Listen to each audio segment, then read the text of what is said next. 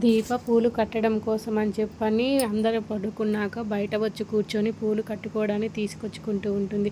అక్కడికి కార్తీక్ కూడా వస్తాడు. దీప పూలు కట్టకుండా బావ అని అయితే పేరు రాస్తూ ఉంటుంది.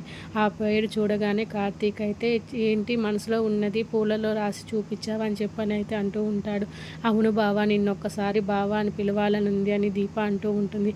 దానికి పిలవచ్చు కదా, ఏముంది, నేను సొంతం మీ అత్త కొడుకునే కదా అని చెప్పని అయితే అంటూ ఉంటాడు. ఏమో బావ, పిలవాలంటే కొంచెం మనసు ఏదోగా ఉంది అని చెప్పనైతే అంటూ ఉంటుంది. దానికి కార్తీక్ ఏం పర్లేదు పిలువు అని చెప్పనైతే అంటూ ఉంటాడు. దానికి దీప పిలవడానికి ప్రయత్నిస్తూ ఉంటుంది, కానీ పిలవలేకపోతుంది. ఒక్కసారిగా బావ అంటుంది, మళ్ళీ పిలువు మరదలా అంటాడు. మళ్ళీ బావ అంటుంది, మళ్ళీ పిలువు మరదలా అనేలకి ఎన్నిసార్లు పిలవాలి బావ అని చెప్పని అంటూ ఉంటుంది. దానికి కార్తీక్ బాబు ఎందుకు ఏడుస్తున్నారని చెప్పని అయితే అంటూ ఉంటుంది. కార్తీక్ కళ్ళలో నుంచి నీళ్ళు వస్తూ ఉంటాయి. ఏంటో దీప, ఇన్నిసార్లు నన్ను జోష్న బావ అని పిలిచినా చెవుల వరకే వినపడేది, కానీ నువ్వు పిలుస్తుంటే నాకు గుండెకి తగులుతుంది అని చెప్పని అంటూ ఉంటాడు.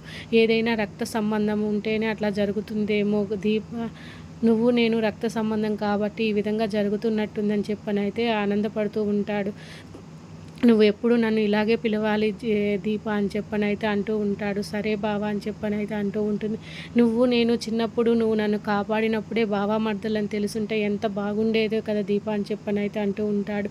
సరే కానీ నువ్వు నాకు ఒక మాట ఇవ్వు, అప్పుడు మనం ఎట్లా అని చెప్పనైతే అంటూ ఉంటాడు. ఏం మాట బావా అని చెప్పనైతే అంటూ ఉంటుంది.